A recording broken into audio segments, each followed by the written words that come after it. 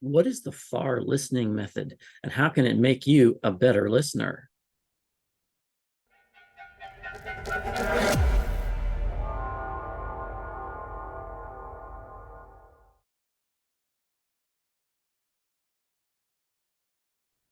Hey, it's Roy Ian. Let's talk about the PHAR listening method.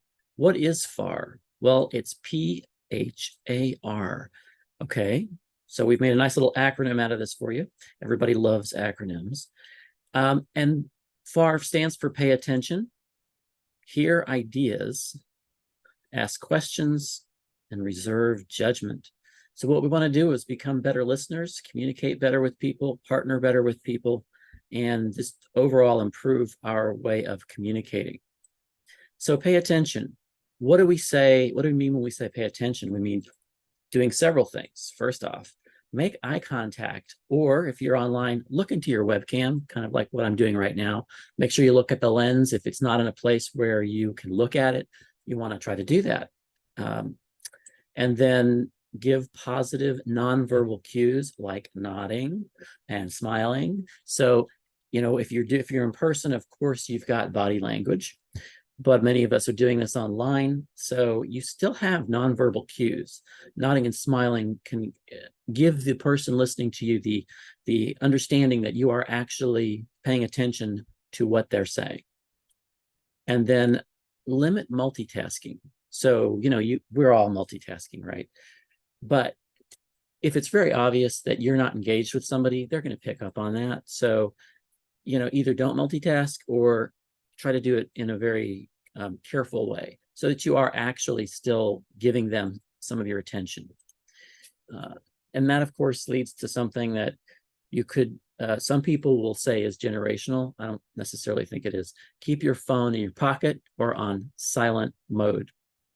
I think this more has to do with your understanding of priorities about interactions. Somebody who's in front of you gets your attention more than somebody who's remote on a device that you're not actively linked to. So chatter coming through your social media feed, emails, people who are sending you chats outside of a session or a meeting that you're in, they shouldn't get your attention ahead of anything else that's going on in the interaction. That's just common sense if you want to make the interaction useful and impactful. Sometimes you're stuck in a meeting and you're thinking this meeting is a complete waste of time. Okay, well, maybe it is, but it could also be there's some information being sent to you. And if you don't pay attention, you're going to waste your own personal time trying to find that information out later because you end up needing it. So, just give that some thought. And again, I don't think that's really a Gen X, Gen Z, Gen Y against each other kind of a thing. Certain people get this more than other people get it. And if you haven't been getting it, you can retrain yourself. We're all teachable. We are. And it won't kill you. Trust me. Whatever's on there, it can wait. If you're typing notes about the discussion, let the listener know that's what you're doing. So, if I'm in a meeting with you and I'm just like, I'm looking at a second screen and I'm off like this and I'm typing, and then all you hear are the keystrokes and you don't see my eyes. Yeah. So what you may not know is that I'm actually processing the conversation, and what I'm doing in the typing is all just about what we're talking about. But your perception might be that I'm disengaged. There's something I've got that's more important than what you have to say. So, but I say to you, well, I'm going to be taking some notes. I'm going to sit here and type. So you might hear some keystrokes. It's just because I like to stay electronic so I don't lose track of stuff. So I'm just going to be taking some notes while we're talking. You already kind of understand the setup there, and it's a better place to start with. So I would recommend that if that's what you're doing. And I say that as somebody who really likes electronic. I don't like paper notes anymore because I lose them. And if I'm methodical about what I'm doing with electronic notes, I can usually find them. You can still lose stuff, of course. That's a topic for another video, though.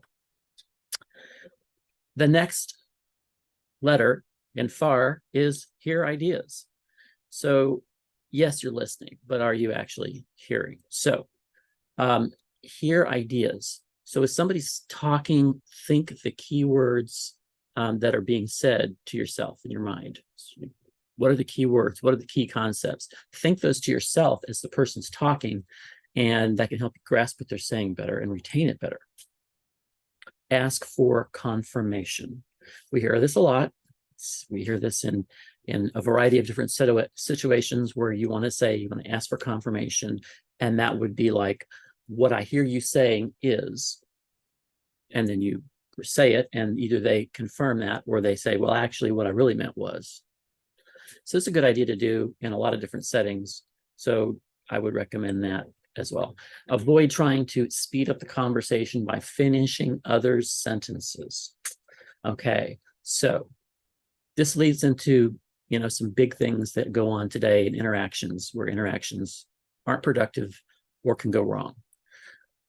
If you start wanting to finish somebody else's sentences, that means you already have decided you know what they're going to say to you. So you're probably not completely listening anymore. And you might be right about what they're going to say to you. Sometimes you've had this conversation with a person before.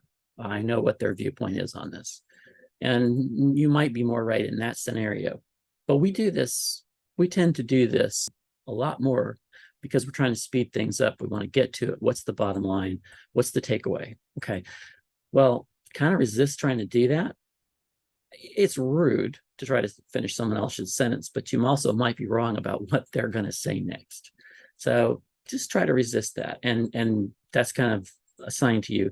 If you're wanting to finish their sentence, you think you know what they're going to say, then you need to slow your roll down just a little bit and tune in. What are they saying? What are the next words going to be out of their mouth? They might not be what you expect. Resist a rapid question answer pace. So it kind of goes along with the previous suggestion. You don't want to be doing this rapid fire thing where you're basically just interrogating the person to try to get through the conversation, extract the information, and move on. Think about how that feels when you're on the other end of that and someone does that to you. It's a very rushed, thing, and it's, you can almost feel like somebody's like attacking you to drag the information out of you. Now, there are some people who this is how they like to communicate. And if you're in a conversation with somebody and you guys have a mutual understanding, this is how we deal with each other, blah, blah, blah. Your coworkers, you're talking in your acronyms or whatever it is, your insider speech.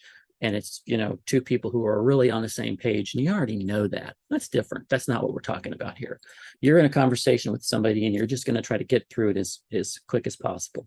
You steamroller over somebody by hitting them with a bunch of questions that you've already decided are the only questions that are relevant in that conversation.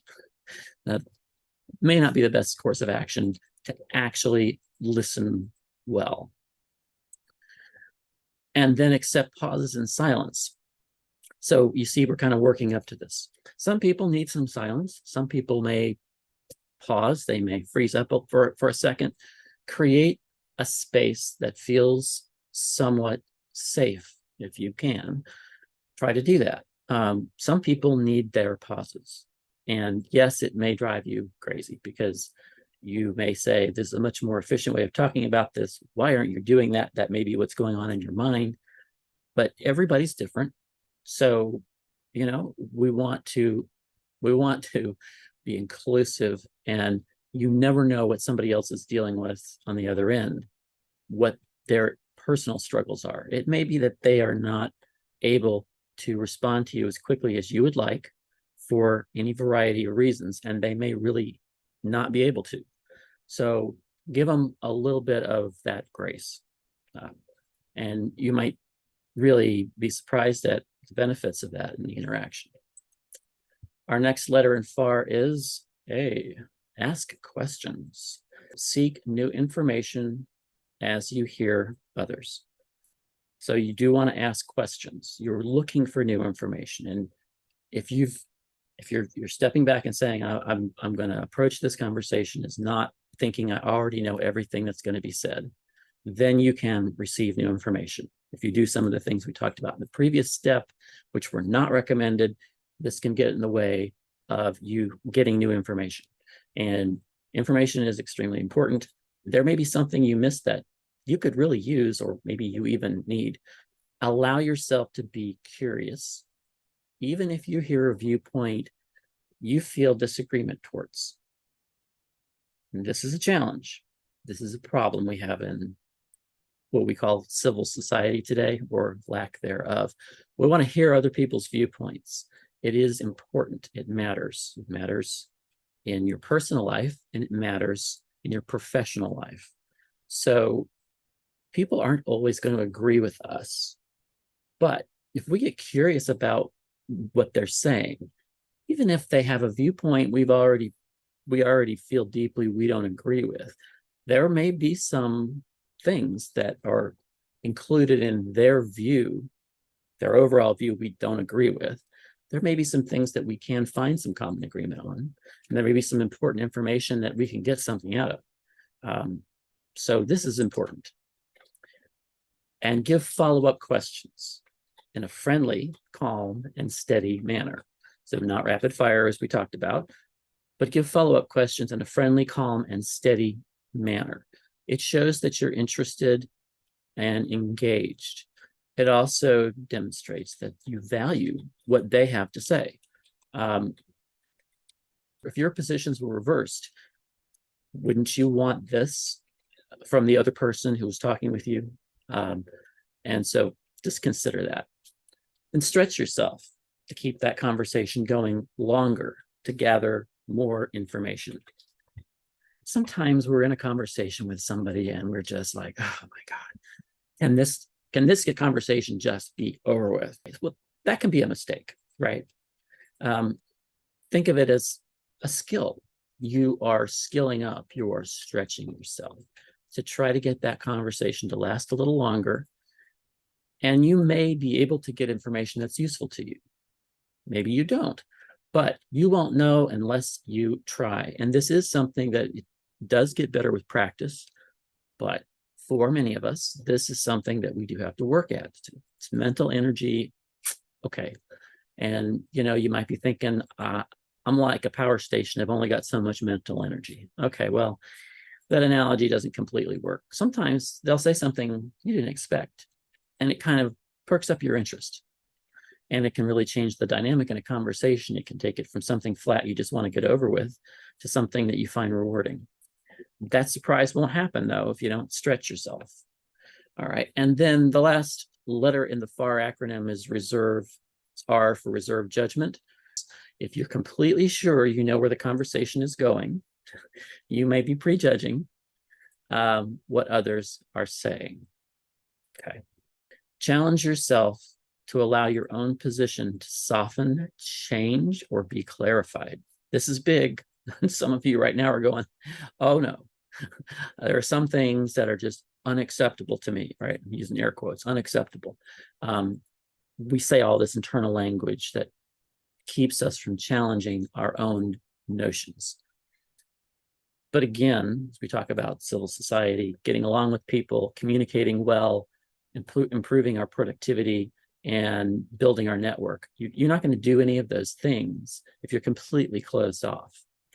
I know some of the things that I strongly hold to, I have found elements of that I was mistaken about. That doesn't mean I've changed my entire position, but it means there's certain elements that went along with that narrative that I have accepted new information on, and it's softened my position or changed it, or it's crystallized it more for me. It's made it more logical and made it make more sense. So, if your own position can't withstand you challenging it, it probably isn't a very solid position to begin with. It's just a thought. But this is, I think, a big issue that we have in society, and it's reflected throughout society, and certainly in your professional life, it can come out. When someone is telling you a story, and it's important we tell our stories, sometimes we have this idea that we're gonna tell a story that can one-up them. I would, recommend that you try to identify when you're doing that and not do it. This is not a place for one-upmanship, okay? It's like, your story was good, but my story, guess what happened to me? If we do that, we miss acknowledging the other person's humanity sometimes. Yeah, we can share a similar story, and that's different than trying to compete. So just give that some thought. I'm not saying don't share your story. I think we do need to share our stories with each other. That's important. This is talking about the competition aspect of it, and which we do that to get control. So do we really need to have control of the conversation in that way? Is that really going to be beneficial to us? We need to probably give that some thought too sometimes. Exercising compassion when you strongly believe you are correct and that others are wrong. This is quite important. When we believe that we have the answer, we can easily steamroller over somebody else. I know when I feel like I've done this in retrospect, I don't feel good about it. It's not helpful. Even if I don't change my opinion, I can have compassion for that other person as a human being. I think this is huge. This maybe ties everything else together in the PHAR method, is this idea of compassion. I mean, if you're going to be compassionate to somebody, that doesn't mean you're just going to tolerate them. That means you're going to actually have real compassion for their situation, for their walk in life, for how they got to where they are. That doesn't mean you want to change who you are, but it doesn't mean you have to vilify them or knock them down or change their opinion because you think that they're just wrong and you owe it to the world to get them straightened out. Nothing is well served by that. If we're communicating with each other, and if both parties are trying to do this, and you can only do your part, so do your part of it, then we can take in new information and we can understand each other better. Even if we don't come to full agreement, that's okay. It doesn't have to be winner loser necessarily. And so that's kind of ties the whole PHAR method together. So that is the PHAR method of communicating. And so you want to pay attention, you want to hear ideas, you want to ask questions, and you want to reserve judgment. If you do that, if you follow this method, I think you'll find that your interactions may be improved. Find additional information at the link in the description of this video.